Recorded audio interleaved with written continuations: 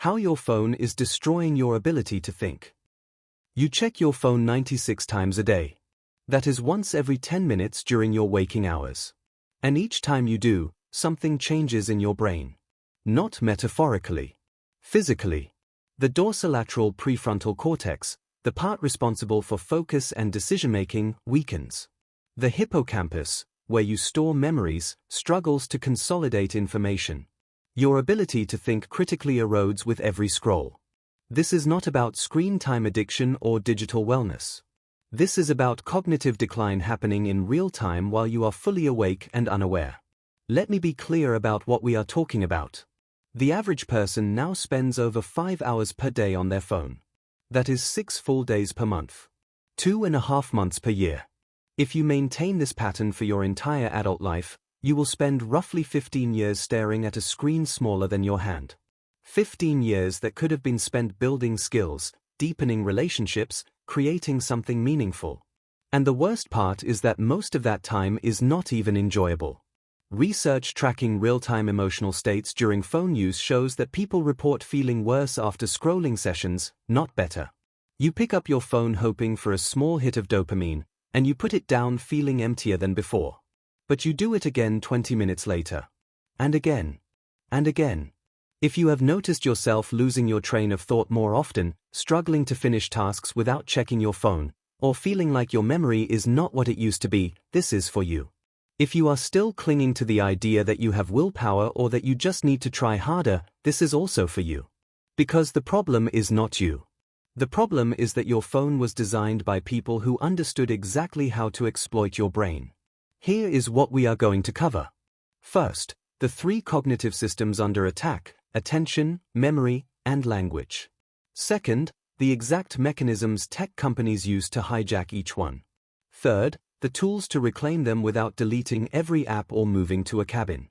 Later, I will give you the 2-minute version you can use today, and the 7-day plan to rewire your attention, memory, and focus.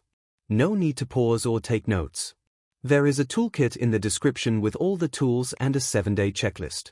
You can use it later. Let's start with the most obvious symptom. The attention problem. Your attention span has dropped from 2.5 minutes in 2003 to under 47 seconds today. That is not an exaggeration. Research tracking how long people stay on a single task before switching shows a consistent collapse over the past 2 decades. You already feel this. You watch videos at 1.2 times speed. You get frustrated when the Wi-Fi is slow. You open your phone during a conversation because 3 seconds of silence feels uncomfortable. These are not personality flaws. They are symptoms. Here is what is happening. Every time you unlock your phone and see a notification, your brain releases dopamine. That dopamine hit is not random. It is triggered by anticipation. Tech companies discovered that delaying your notifications by half a second, creating a brief moment of uncertainty before revealing what is there, increases dopamine release. You are not addicted to the information. You are addicted to the anticipation. This is the same mechanism casinos use with slot machines. Pull the lever. Wait. Reveal. The delay is the addiction. A former product designer at one of the major tech companies described the process in an interview. They would run experiments with thousands of users, testing different delay times. 0.3 seconds. 0.5 seconds. 0.7 seconds. They tracked which delay produced the highest dopamine response, measured by how quickly users opened the app again. They found the sweet spot. Then they built it into every notification system. When your brain gets flooded with dopamine spikes this frequently, it adjusts. Your baseline dopamine level rises. Anything that does not spike it feels boring. Conversations without stimulation. Books without pictures. Tasks that require sustained focus. Your brain starts rejecting them automatically because they do not meet the new threshold. Think about the last time you sat through a meeting without checking your phone. If you can remember one, notice how uncomfortable it felt. That discomfort is not boredom. That is withdrawal. Your brain is accustomed to a certain rate of dopamine hits, and when it does not get them, it sends distress signals. Restlessness. Anxiety. The urge to check. This is why you say things like, Wait, what were we talking about? More often now. Your prefrontal cortex is not getting the dopamine it needs to stay engaged, so it disengages. You are not losing focus because you lack discipline. You are losing focus because your brain has been chemically recalibrated to reject anything slower than a scroll. And here is the critical part. This recalibration is not permanent. Your dopamine baseline can be reset, but it requires deliberate intervention. You cannot reset it while still feeding your brain the same inputs. You have to change the pattern. Now, let us look at what this does to children, because the consequences are more visible and more severe. A child throws a tantrum to get attention. The parent resists. The child escalates. Eventually, the parent gives in. This loop, repeated thousands of times, trains the child's prefrontal cortex to persist through discomfort. It builds frustration tolerance. It teaches the brain to wait. Now, same scenario. Child gets fussy. Parent hands them a tablet with access to dopamine-driven content. The child stops fussing immediately. Problem solved. Except the child's brain never learned to tolerate boredom. It never built the neural pathways required to sustain attention when the reward is delayed. By the time this child reaches school age, sitting still for 30 minutes without external stimulation feels impossible. Not because they have ADHD, although the symptoms overlap. Because their prefrontal cortex was never trained to handle low dopamine environments. Teachers report this shift consistently. 20 years ago, most kindergartners could sit through a story for 15 minutes. Today, many struggle to make it through 5 minutes without fidgeting, interrupting, or asking for something more stimulating. The content has not changed. The brains have. Research from multiple universities shows that children with more than 60 minutes of daily screen time display significantly higher signs of attention disorders. The correlation is strong enough that pediatricians are starting to screen for screen exposure the same way they screen for developmental delays. And adults are not immune. You just had more years to build attention before it started collapsing. But the collapse is happening. You feel it every time you try to read a book and catch yourself reaching for your phone after 2 pages. You feel it every time you start a task and find yourself checking email within minutes. You feel it every time you sit down to think and realize you cannot hold a thought for more than a few seconds without distraction. If you are driving or working out, just listen. The toolkit has the full steps. The framework, the cognitive hijack system. Here is how your phone destroys your ability to think. It targets 3 systems: attention, memory, and language. Each one has a specific vulnerability. Each one is being exploited in a specific way. Attention is hijacked through dopamine manipulation. Memory is weakened through cognitive offloading. Language is degraded through low-effort communication patterns. These are not 3 separate problems. They are one system working together to make you easier to monetize. The faster you scroll, the more ads you see. The less you remember, the more you consume the same content again. The simpler your language becomes, the easier you are to target with generic messaging. Let's break down each system and the tools to defend it. Tool 1. Grayscale mode. What it is: a display setting that removes all color from your phone screen, replacing it with shades of gray. When to use it? Immediately. This is the fastest intervention with the highest return. Most people think color is aesthetic. It is not. Color is a trigger. Red notifications, blue icons, yellow highlights. These colors were chosen because they provoke specific emotional responses. Red triggers urgency. Blue signals trust. Yellow demands attention. Your phone screen is a calculated assault on your visual cortex. There is a reason every major app uses bright, saturated colors. Instagram's gradient. Facebook's blue. YouTube's red. Snapchat's yellow. These are not brand choices. They are psychological triggers. The colors activate specific neural pathways associated with reward, urgency, and attention. When you switch to grayscale, the emotional charge disappears. Instagram becomes a grid of gray squares. YouTube thumbnails lose their punch. Notifications still appear, but they do not scream at you. The result is a measurable reduction in pickups. One study from multiple research teams tracking phone usage found that Grayscale users checked their phones 20 to 30% less often within the first week. More importantly, the quality of your phone use changes. When you do pick up your phone, you use it for a specific purpose instead of getting sucked into a scroll. You check your messages and put it down. You look up directions and put it down. You do the task and move on. Here is the 7-day experiment. Go into your phone settings. On most devices, this is under Accessibility or Display. Turn on Grayscale. Leave it on for 7 days. Track how many times you unlock your phone each day. Most tracking apps will do this automatically. Common failure mode. You turn it off after 2 days because your phone looks depressing. Fix. That is the point. Your phone should not be entertaining. It should be a tool. If Grayscale makes your phone less appealing, that means it is working. Stick with it for the full 7 days before deciding. Here is what most people experience. Day 1 feels strange. Your phone looks wrong. You keep noticing the lack of color. Day 2, you get frustrated. You want to see your photos in color. You want the interface to feel normal. Day 3, you consider turning it off but force yourself to continue. Then something shifts. By day 4 or 5, you stop noticing.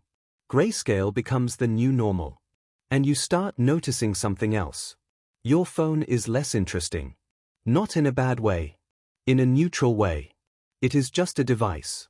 Not a source of constant stimulation. By day 7, most people choose to keep it on. Not because they love Grayscale, but because they love the reduction in compulsive checking. They love having their attention back. One caveat. Some people need color for specific tasks. Photo editing. Graphic design. Certain accessibility features. If you fall into this category, set up a quick toggle. Most phones let you activate Grayscale with a triple click or a shortcut. Turn it on by default. Turn it off only when you need color for a specific task. Then turn it back on immediately. The key is making Grayscale the default state, not the exception. Tool 2, App Time Limits. What it is: a hard cap on how much time you can spend in specific apps each day. When to use it: after you have identified which apps consume the most time. Do not guess. Check your screen time data. App limits are not about restriction. They are about creating friction. When you hit the limit, the app locks. You can override it, but you have to make a conscious choice. That moment of choice is the intervention. Most people set limits too high. They see they spend 3 hours on social media and set a limit at 2 hours, thinking they are being reasonable. This does not work. Your brain just adjusts and fills the 2 hours more efficiently. Set the limit at half your current usage. If you spend 2 hours, set it at 1 hour. If you spend 1 hour, set it at 30 minutes. The goal is not to eliminate the app. The goal is to make your usage deliberate instead of automatic. 7-day experiment. Set limits on your 3 most used apps at 50% of current usage. When you hit the limit, wait 10 minutes before overriding. If after 10 minutes you still want to open the app, do it. Track how often you actually override versus how often you just move on. Common failure mode. You override the limit every single time without thinking. Fix. Add a secondary friction point. When you override, open your Notes app and write 1 sentence explaining why you need more time. This sounds trivial, but forcing yourself to articulate a reason kills most impulse overrides. Tool 3, Notification Purge. What it is: turning off notifications for every app that does not require immediate action. When to use it: right now. This takes 5 minutes and removes 80% of your interruptions. You do not need notifications for social media. You do not need notifications for email unless you are in a role where minutes matter. You do not need notifications for news apps, shopping apps, or anything trying to pull you back into engagement loops. Here is the test. Ask yourself, if I do not see this notification for 2 hours, does anything bad happen? If the answer is no, turn it off. Most people resist this because they fear missing something important. What they miss is that importance is relative. A like on your post is not important. A text from your partner might be. A sale alert is not important. A calendar reminder for a meeting is. 7-day experiment. Turn off all notifications except calls, texts, and calendar. Track how many times you manually open apps to check for updates. Most people discover they check far less often when they are not being prompted. Common failure mode. You turn them all back on after a few days because you feel disconnected. Fix. Batch check instead.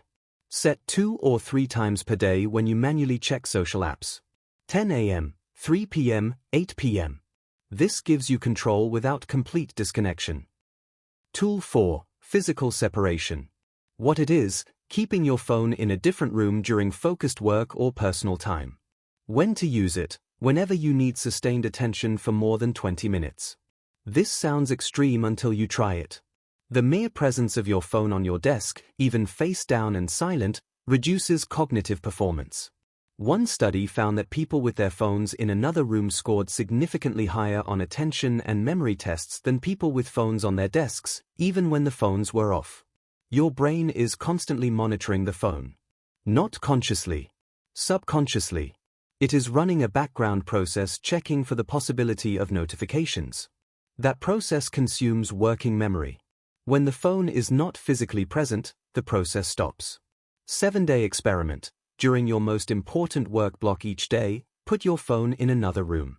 Not in a drawer. Not in your bag. Another room. Track your task completion and subjective focus levels. Common failure mode. You find excuses to go get it. You need to check the time. You need to look something up. You need it for two-factor authentication. Fix. Use a separate device for necessities. Wear a watch. Use your computer for searches. Keep your authenticator app on a tablet if you have one. Remove every legitimate reason to retrieve the phone. Midpoint Recap. Let's pause. You are not broken. Your phone was designed by teams of engineers whose only job was to maximize your engagement. They studied dopamine pathways. They A/B tested notification delays. They optimized for addiction. You are not weak. You are up against a system built to exploit cognitive vulnerabilities. If you only do one thing, do this. Turn your phone to grayscale and put it in another room during your next focused work session. That combination removes visual triggers and eliminates proximity monitoring. 2 actions, measurable results. The toolkit has all 4 tools we just covered with step-by-step instructions.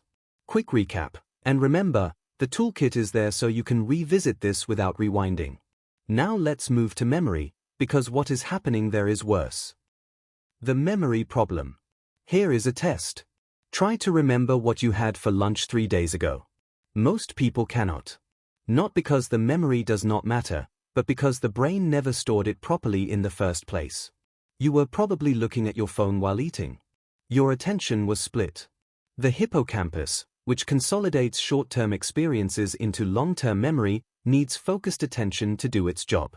When you are distracted, it does not encode properly. This is not new.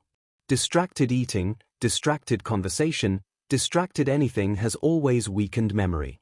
What is new is the frequency and intensity. You are distracted almost constantly. But there is a deeper problem. Even when you are paying attention, your brain is outsourcing the work of remembering. This is called cognitive offloading. Instead of memorizing information, you store it externally and trust that you can retrieve it later. Phone numbers, addresses, facts, appointments. You do not remember them. You remember where to find them. On the surface, this seems efficient. Why memorize a phone number when your contacts app does it for you? Why memorize directions when GPS does it for you? Why memorize anything when Google does it for you? Because memory is not just storage. Memory is thinking. When you memorize something, you are building neural connections. Those connections are how you think. They are how you make associations. They are how you come up with ideas. When you offload memory to devices, you are not freeing up space. You are atrophying the system that generates thought. Researchers call this the Google effect. The brain is less likely to remember information if it knows it can easily find it online. A recent study from MIT found that students who used AI tools like ChatGPT to write essays had the flattest brain activity patterns during writing and could barely quote their own work minutes later. They were not encoding the information. They were just moving it from one place to another. Think about what this means practically. When you offload the work of thinking to external tools, you lose the ability to think deeply without those tools. You cannot problem solve in the shower because the problems require information you have not memorized. You cannot have insightful conversations because insights require connecting ideas that are not in your head. You cannot be creative because creativity requires recombining existing knowledge in new ways. This is cognitive debt. You are borrowing cognitive capacity now and paying for it later with a brain that cannot think without external support. And it gets worse. Memory is not just about facts. Memory is identity. When you recall an event from your past, you are not just retrieving data. You are reinforcing who you are. The stories you tell yourself about your life shape your personality, your values, your sense of self. But here is the problem. You are not forming those memories anymore. When you experience something while staring at your phone, your brain is not encoding it as an experience. It is encoding it as a distraction. You went to dinner with friends, but you spent half the time scrolling. You took a vacation, but you spent most of it documenting for social media instead of being present. You attended an event, but you watched it through your camera screen instead of with your own eyes. Years later, when you try to remember these moments, the memories are thin. Fragmentary. Like watching a movie on mute. Because your brain was not fully engaged when they happened. This has a cascading effect. When your memories are weak, your sense of self becomes unstable. You struggle to answer questions like who am I and what matters to me, because those questions require a coherent narrative built from remembered experiences. And for children growing up with tablets, this is catastrophic. They are not building the neural infrastructure for memory in the first place. Reading, memoizing, recalling. These are exercises. When you skip the exercise, the muscle does not develop. If this sounds alarmist, consider this. A significant percentage of kids today cannot read analog clocks. Not because the skill is hard, but because they have never needed to. Digital clocks do it for them. That is a small example. Now scale it to everything. Navigation. Spelling. Mental math. Memorization. We are raising a generation that cannot function without constant digital assistance. And we are not far behind. The good news is that memory can be rebuilt. The neural pathways can be strengthened.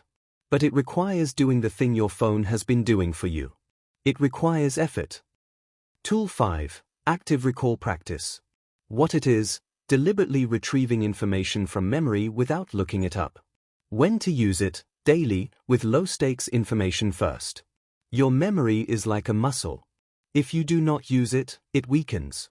Active recall is the exercise. Instead of looking up an answer, you force your brain to retrieve it. Start small. When you meet someone new, repeat their name 3 times in conversation without checking your phone. When you finish a meeting, write down the key points from memory before reviewing the notes. When you read an article, close it and summarize the main points out loud. The act of retrieval strengthens the neural pathway. Each time you successfully recall something, it becomes easier to recall next time. Each time you look it up instead, the pathway weakens. Here is why this matters beyond just remembering things. Active recall builds the neural infrastructure for all thinking. When you practice retrieving information, you are training your brain to make connections, recognize patterns, and generate insights. Think about how you currently use your phone. You read something interesting. You think, I should remember this. Then 5 minutes later, you have completely forgotten it. Not because you have a bad memory. Because you did not engage the retrieval process. Your brain has 2 modes. Recognition and recall. Recognition is easy. When you see something again, you recognize it. This gives you the illusion of knowing. But recognition is passive. It does not build strong memories. Recall is active. You generate the information from scratch. This is harder, but it creates much stronger neural pathways. Every time you successfully recall something, you are literally building your brain. 7-day experiment. Pick one category of information you normally look up immediately. Recipes. Directions. Facts. For the next 7 days, try to recall it first. Give yourself 30 seconds. If you cannot recall it, then look it up. Track how often you succeed versus how often you need to look it up. Here is what most people discover. On day 1, they fail almost every time. On day 2, they start getting a few right. By day 5, they are succeeding more than failing. By day 7, the information is locked in. This is not magic. This is how memory works. The brain prioritizes information that gets retrieved repeatedly. If you look something up once and never think about it again, the brain dumps it. If you retrieve it multiple times, the brain marks it as important and strengthens the pathway. Common failure mode. You skip the retrieval attempt and go straight to Google because it is faster. Fix. Set a timer. 30 seconds is not long. You can spare 30 seconds. The timer forces the attempt. Another strategy, gamify it. Keep a tally of successful recalls versus lookups. Try to improve your ratio each day. This turns the exercise into a challenge instead of a chore. Start with information that does not matter much. Phone numbers, addresses, song lyrics. The content is less important than the practice. Once you rebuild the habit of trying to recall instead of immediately looking up, you can apply it to more important information. One more thing. Active recall works best when combined with spaced repetition, which we will cover in Tool 8. But even on its own, the practice of trying to remember before looking up creates measurable improvements in memory within days. Tool 6, Evening Memory Journaling. What it is, writing down 3 specific things you remember from the day without checking your phone or notes. When to use it, every night before bed. Takes 5 minutes. This is not gratitude journaling, although the two can overlap. This is memory training. The goal is to force your hippocampus to consolidate the day's events into retrievable memories. Write down 3 things. 1 conversation. 1 observation. 1 small detail. Be specific. Not "I had a meeting." Instead, Sarah mentioned her daughter started violin lessons. Not "I went for a walk." Instead, "I saw a dog with 1 brown ear and 1 white ear." The specificity matters. Vague memories do not strengthen recall. Specific memories do. 7-day experiment. Every night, write 3 specific memories. No phone. No notes. Just memory. After 7 days, go back and read the entries. Notice how much more you remember about those days compared to the days you did not journal. Common failure mode. You write generic summaries instead of specific details. Fix. Use sensory details. What did you see, hear, smell, taste, touch? Sensory information anchors memories. Tool 7. Information Diet Protocol. What it is, limiting the amount of new information you consume each day to allow time for consolidation. When to use it, when you notice you are consuming more than you are retaining. Your brain can only process so much new information per day. When you exceed that limit, everything becomes surface level. You read 10 articles and remember none of them. You watch 5 videos and retain nothing. The solution is not to consume better content. The solution is to consume less content and give your brain time to process it. Here is the protocol. Pick 3 pieces of information to consume per day. 1 article. 1 video. 1 conversation. That is it. Spend the rest of your information time reviewing, reflecting, or implementing what you consumed. This sounds restrictive until you realize how much you currently consume without retention. 10 articles that disappear from your memory in an hour are worth less than 1 article you can recall and apply a week later. Think about your typical day. You wake up and check the news. 5 articles. Then you scroll social media during breakfast. Dozens of posts. On your commute, you listen to a podcast. During lunch, you watch YouTube videos.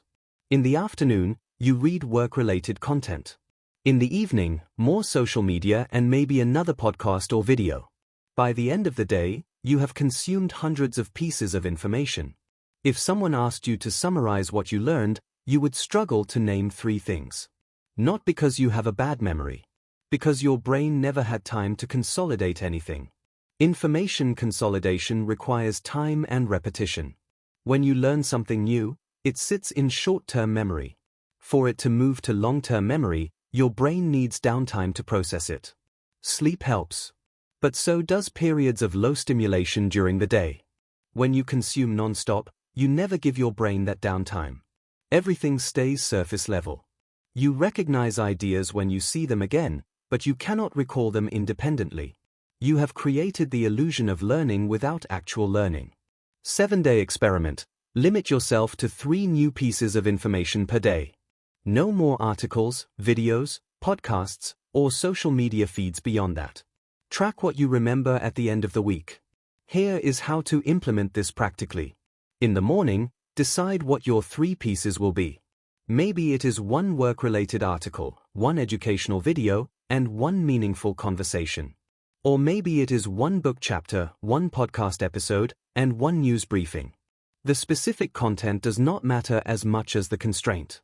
When you encounter other interesting content throughout the day, add it to a maybe later list. Do not consume it immediately. This serves 2 purposes. First, it removes the fear of missing out. You are not saying no forever, just not right now. Second, it gives you time to evaluate whether the content actually matters. Most things that feel urgent in the moment do not matter a day later. Common failure mode. You get anxious about missing out and consume more anyway. Fix. Keep a maybe later list. When you see something interesting beyond your 3 items, save it. Review the list weekly. Most items will no longer feel urgent. What you will notice after a week, the 3 pieces you did consume, you actually remember. You can summarize them. You can discuss them. You can apply them. This is what real learning looks like. Not consuming vast amounts. Retaining small amounts. Another benefit, your thinking becomes clearer. When your brain is not constantly processing new information, it has space to think about old information. To connect ideas. To generate insights. Some of your best thinking happens not while consuming, but while processing what you already consumed. Tool 8. Spaced repetition for key information. What it is, reviewing important information at increasing intervals to move it from short-term to long-term memory. When to use it, for anything you want to remember long-term. Your brain forgets information on a predictable curve. After 1 day, you have forgotten about 50%. After 1 week, you have forgotten about 70%. After 1 month, you have forgotten almost everything unless you reviewed it. Spaced repetition fights this curve. You review the information right before you are about to forget it. First review after 1 day. Second review after 3 days. Third review after 1 week. Fourth review after 1 month. By the 4th review, the information is locked in long-term memory. 7-day experiment. Pick 1 piece of information you want to retain. A concept from a book. A framework from a video. A list of ideas. Review it on day 1, day 3, and day 7. Write it from memory each time. Common failure mode. You forget to do the reviews. Fix. Set calendar reminders. The system only works if you follow the schedule. The language problem. Language is not just how you communicate. Language is how you think. The words you have access to determine the thoughts you can form. If you do not have a word for a specific emotion, you cannot think about that emotion with precision. If you do not have a word for a specific concept, you cannot manipulate that concept in your mind. This is called the linguistic relativity hypothesis. Language shapes thought. Different languages structure thinking differently. German builds compound words by combining smaller words. Hand plus shoe equals glove. Cool plus cupboard equals refrigerator. This logical construction mirrors a cultural inclination toward precision and engineering. Spanish has multiple words for love. Te quiero versus te amo. Each conveys a different intensity. English only has I love you, which flattens the emotional range. Speakers of languages with more granular emotional vocabulary report experiencing those emotions with more clarity. Now consider the language being created on the internet. Brain rot. Slay. Capital. No cap. Riz. These words are not expanding vocabulary. They are replacing it. Instead of saying someone is charismatic, you say they have riz. Instead of saying something is excellent, you say it slays. Instead of saying someone is lying, you say they are capping. Each replacement removes nuance. Charismatic, magnetic, persuasive, compelling. These words each mean something slightly different. Riz flattens them all into one. Excellent, superb, outstanding, exceptional. Slay replaces all of them. This is language erosion. And it is happening faster than any linguistic shift in recorded history. Why does this matter? Because when your language becomes simpler, your thinking becomes simpler. You cannot think complex thoughts with simple words. A child learning to describe happiness has access to pleased, delighted, content, joyful, ecstatic, elated. Each word allows them to identify a specific shade of the emotion. When they feel ecstatic, they can name it. When they feel content, they can name that too. This precision helps them understand their own emotional state. Now replace all of those words with one. Happy. Or worse, good vibes. The child loses the ability to differentiate. Every positive feeling becomes the same blurry experience. And this is not theoretical. Speech pathologists report seeing an increase in children who struggle to articulate their emotions beyond basic categories. Happy, sad, mad. That is it. When asked to describe how they feel in more detail, they cannot. Not because they lack the emotions, but because they lack the words. The same pattern appears in adults. The average vocabulary used in daily conversation has shrunk significantly over the past 2 decades. People use fewer words, simpler sentence structures, and more filler phrases. Like, you know, basically. These are not just verbal tics. They are placeholders for thoughts that cannot be articulated. Cognitive scientists are concerned. This is not just slang evolving, which has always happened. This is vocabulary collapsing. The average person uses fewer unique words in daily conversation now than they did 20 years ago. Sentence complexity has dropped. The ability to articulate abstract ideas has weakened. Here is a concrete example. Take the concept of regret. In your country, there may be one word for it. But in other languages, there are multiple words. Regret for something you did versus regret for something you did not do. Regret that is temporary versus regret that is permanent. Regret that comes from harming others versus regret that comes from harming yourself. When you have access to these distinctions, you think about regret differently. You can identify which type you are experiencing. You can address it more effectively. You can communicate it more clearly. When you only have one word, regret becomes a vague, uncomfortable feeling that you avoid thinking about. Now apply this to every complex emotion and concept. Anxiety, love, success, failure, happiness. Each one has layers. Each layer has a word. When you lose the words, you lose access to the layers. For adults, this is reversible. You can rebuild your vocabulary.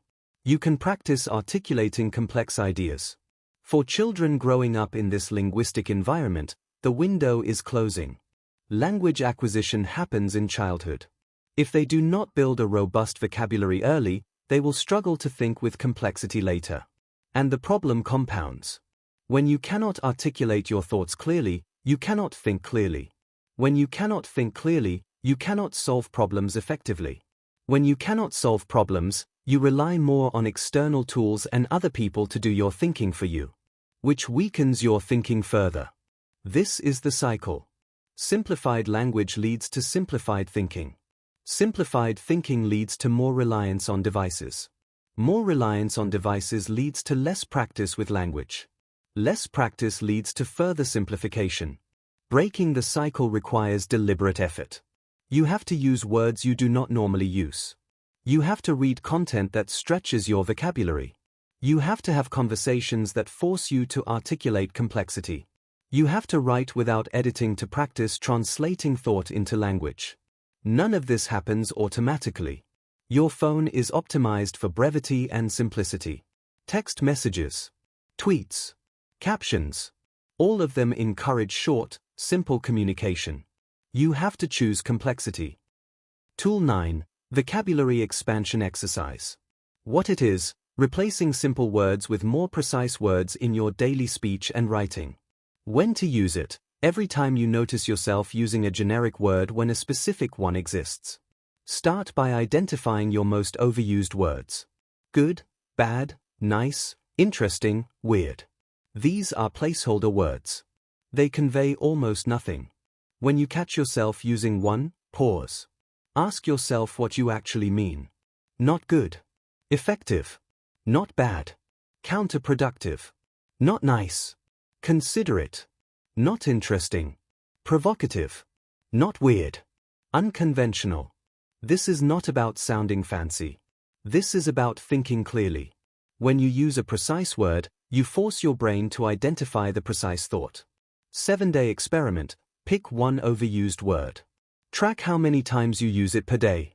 Each time, replace it with a more specific alternative. Write down the replacements. By day 7, notice how your thinking has become sharper around that concept. Common failure mode. You forget to catch yourself and fall back into habit. Fix. Ask someone to call you out.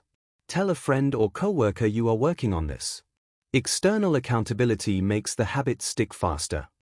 Tool 10. Long-form reading practice. What it is: reading books, essays, or articles that require sustained attention and contain complex sentence structures. When to use it: daily, even if only for 15 minutes. Short-form content trains your brain to process information in bursts. Long-form content trains your brain to follow extended arguments, track multiple threads, and synthesize ideas across paragraphs.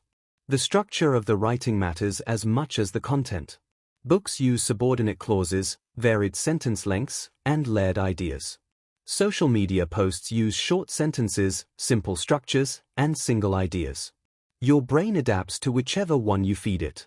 If you only read short-form content, your brain loses the ability to process long-form content. You start skimming.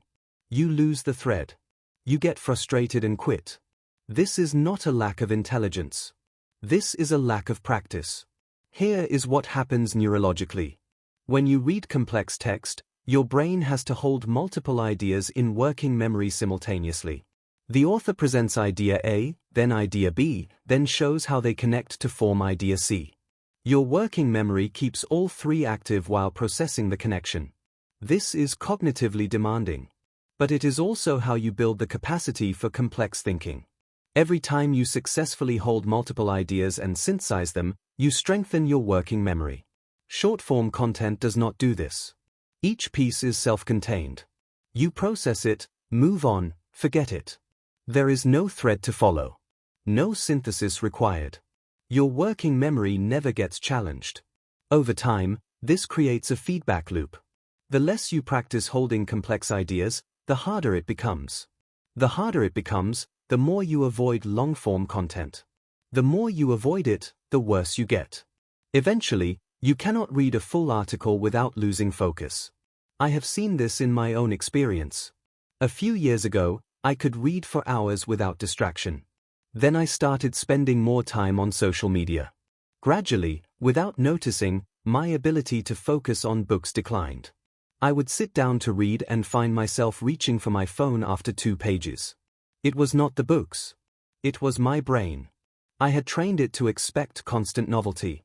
A book, by design, moves slowly. It develops ideas over chapters, not seconds.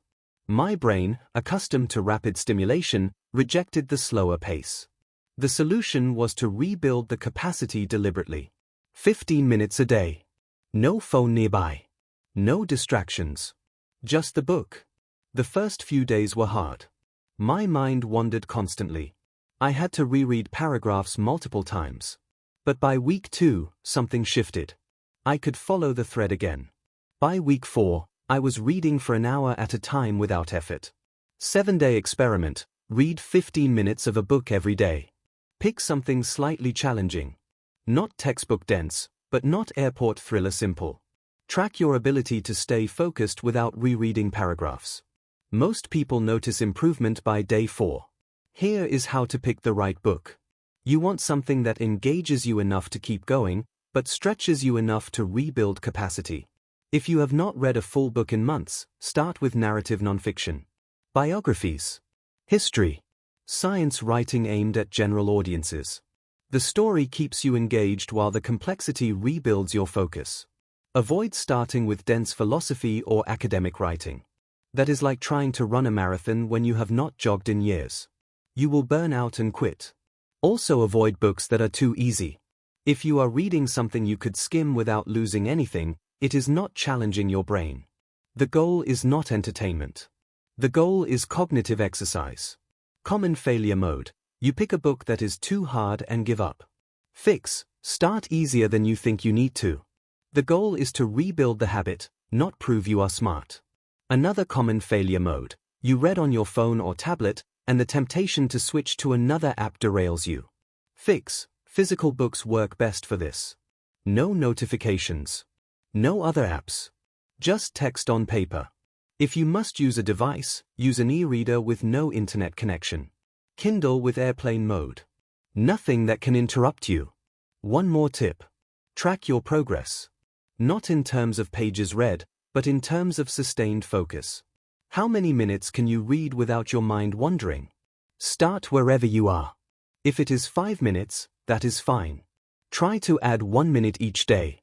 By day 15, you will be at 20 minutes of sustained focus. That capacity transfers to everything else. Work.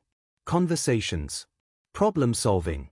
When you can hold your attention on one thing for 20 minutes, you can think deeply about it.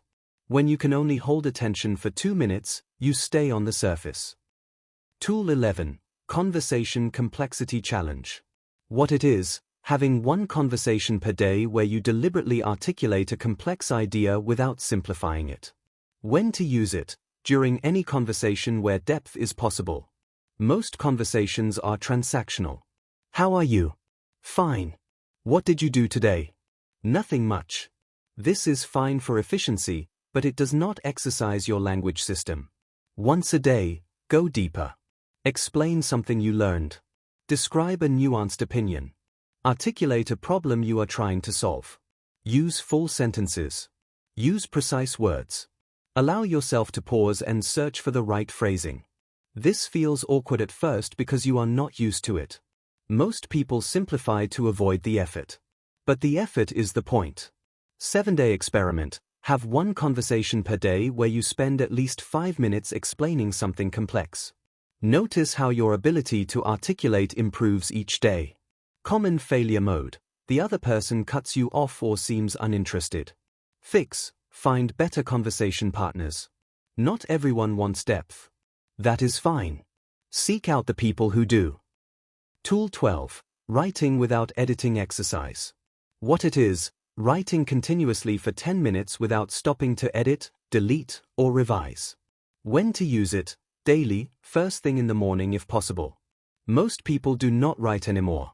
They type messages. They type emails. They type comments. But they do not write in the sense of forming extended thoughts on a page. Writing forces you to organize ideas. When you write, you cannot rely on tone of voice or body language. You have to use words to convey everything. This makes you better at thinking. The no editing rule is critical. When you stop to edit, you interrupt the flow of thought. The goal is not to produce good writing. The goal is to practice translating thought into language as quickly as possible. 7-day experiment. Every morning, write for 10 minutes without stopping. Do not delete. Do not revise. Do not even fix typos. Just write. The topic does not matter. What you are thinking about. What you did yesterday. What you are worried about. Anything. Common failure mode. You stop after 3 minutes because you run out of things to say. Fix. Keep writing anyway. Write "I do not know what to write" over and over until a new thought appears. The practice is in continuing, not in having something profound to say. The stakes. Let me paint a picture of where this is heading if nothing changes. You wake up. You check your phone before you are fully conscious. Notifications flood in. You scroll through them while still in bed. Your brain is already in reactive mode before you have had a single original thought. You get ready for work while watching short videos. Your brain is processing dozens of disconnected ideas per minute. None of them stick. None of them matter. You are consuming information but retaining nothing. You drive to work. Or you used to drive. Now your car drives itself while you scroll. You arrive with no memory of the journey because you were not present for it. At work, you try to focus on a complex problem. But you cannot hold the threads in your mind. You check your email every few minutes. You look up simple facts instead of trying to remember them. You use AI to write everything from emails to reports. You are not thinking. You are managing tools that think for you. During lunch, you scroll through social media while eating. You do not taste the food. You do not notice the people around you. You do not form any memories of the experience. In the afternoon, you sit in a meeting. Everyone is half present. Phones on the table. Laptops open. Eyes wandering to screens every 30 seconds. The discussion is shallow because no one can think deeply while constantly interrupted. After work, you spend 2 hours on your couch watching content. Not shows. Content. 5-minute segments of disconnected information. You are not relaxing. You are medicating. Numbing yourself with dopamine hits until it is time to sleep. Before bed, you scroll for another hour. Your brain is overstimulated. Your melatonin production is suppressed by blue light. You fall asleep later than you intended, and the sleep is fragmented. Your brain cannot consolidate memories or clear metabolic waste effectively. You wake up foggy. You repeat this pattern for decades. Now, what do you have at the end? A life lived in fragments. Thousands of hours consumed but nothing created. Countless pieces of information encountered but no deep knowledge built. Millions of words read but no ideas formed. Your attention is shot. Your memory is weak. Your ability to think critically has atrophied. You are dependent on devices for everything from navigation to decision-making. You cannot focus without notifications. You cannot remember without looking things up. You cannot communicate complexity because you never practice it. This is not a worst-case scenario. This is the current trajectory. And for many people, it is already the reality. The counterargument is that technology enhances our capabilities. We can access more information than ever before. We can connect with more people. We can automate tedious tasks and focus on higher-level thinking. This is true in theory. In practice, most people are not using technology to enhance their thinking. They are using it to replace their thinking. The tools are designed for dependence, not empowerment. You could use your phone to learn a language, build a skill, or deepen relationships. But the apps are not optimized for that. They are optimized for engagement. And engagement means keeping you scrolling, clicking, watching. Not learning. Not growing. Not thinking. The companies building these tools have no incentive to make you smarter or more capable. They have every incentive to make you more dependent. Dependent users are profitable users. So the question is not whether technology can be used well. The question is whether you will use it well. And based on the average person's screen time data, the answer is no. Not without intentional intervention. Here is what makes this urgent. The damage is accumulating faster than most people realize. Every year you spend in high dopamine, low-effort consumption mode is a year your brain is not building the neural infrastructure for deep work, critical thinking, and complex problem-solving. If you are in your 20s or 30s, you still have time. Your brain is plastic enough to rebuild. But it gets harder with age. And if you wait another decade, the gap between who you are and who you could be will widen to the point where crossing it feels impossible. If you have children, the stakes are even higher. The habits they form now will shape their cognitive capabilities for life. A child who spends their formative years with a tablet is not building the same brain as a child who spends those years reading, playing, and interacting with the physical world. The tools I have given you in this audiobook are not optional nice-to-haves. They are essential interventions. Grayscale mode. App limits. Physical separation. Active recall. Memory journaling. Vocabulary expansion. Long-form reading. Conversation depth. Writing practice. Each one targets a specific cognitive system. Each one reverses a specific type of damage. Together, they create a framework for rebuilding your ability to think. But they only work if you use them. And most people will not. Most people will listen to this, feel momentarily motivated, and then do nothing.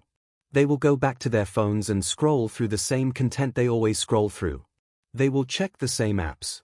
They will consume the same short-form, high dopamine, low retention information. You have a choice. You can be most people. Or you can be the small percentage who actually implements. If you choose to implement, the first 3 days will be uncomfortable. Your brain will resist. It will send strong signals to check your phone. It will make you feel anxious, restless, bored. These are withdrawal symptoms. They are temporary. By day 7, the signals weaken. Your baseline dopamine starts to lower. Tasks that used to feel boring start to feel tolerable. By day 30, your brain has adapted. The new patterns feel normal. 6 months from now, you will notice the difference in ways you cannot predict right now. You will remember conversations. You will finish books. You will have ideas that surprise you. You will think clearly without constant distraction. You will be present in moments that matter. Or 6 months from now, you will be exactly where you are today. Same patterns. Same problems. Same cognitive decline. The choice is yours. The 2-minute version. Here is what you do today. Right now. Step 1. Turn your phone to Grayscale. Settings. Accessibility. Display. Grayscale. Step 2. Turn off all notifications except calls, texts, and calendar. Step 3. Put your phone in another room for the next hour. Step 4. Read something for 15 minutes without checking your phone. Step 5. Write down 3 things you remember from today without looking anything up. That is it. 5 actions. 2 minutes to set up. Measurable results by tonight. The 7-day Rewire Plan. Day 1. Turn on Grayscale mode and turn off non-essential notifications. Track how many times you unlock your phone today. Day 2. Set app limits at 50% of yesterday's usage on your 3 most used apps. Practice active recall by trying to remember one piece of information before looking it up. Day 3. Put your phone in another room during your most important work block. Write down 3 memories from today before bed. Day 4. Limit yourself to 3 new pieces of information today. 1 article, 1 video, 1 conversation. Review what you consumed at the end of the day. Day 5. Replace one overused word with a precise alternative every time you catch yourself using it. Read for 15 minutes without interruptions. Day 6. Have one conversation where you articulate a complex idea for at least 5 minutes. Practice spaced repetition by reviewing something you learned on day 1. Day 7. Write for 10 minutes without editing. Review your phone usage from day 1 versus today. Notice the difference. This is exactly what the toolkit is for. So keep listening now, then use the checklist later when you are at your desk. Closing. 3 things. 1. Your phone is not the enemy. The design is. Engineers built it to exploit your brain. You are not weak for being affected. You are human. 2. The tools work, but only if you use them. Grayscale mode. App limits. Physical separation. Active recall. Memory journaling. Vocabulary expansion. Long-form reading. Conversation depth. Writing practice. Pick 3. Start today. 3. This gets easier with practice. The first 3 days are hard. By day 7, your brain starts to adjust. By day 30, the new patterns feel normal. Here is your concrete next step. Before you do anything else, turn your phone to Grayscale and put it in another room. Then download the toolkit so you have the full system. Thank you for listening. Subscribe, like, and turn on the notification bell. And check out the free toolkit in the description so you do not have to take notes. And share this with one friend who constantly checks their phone during conversations. Once they reclaim their attention, they will actually be present when it matters.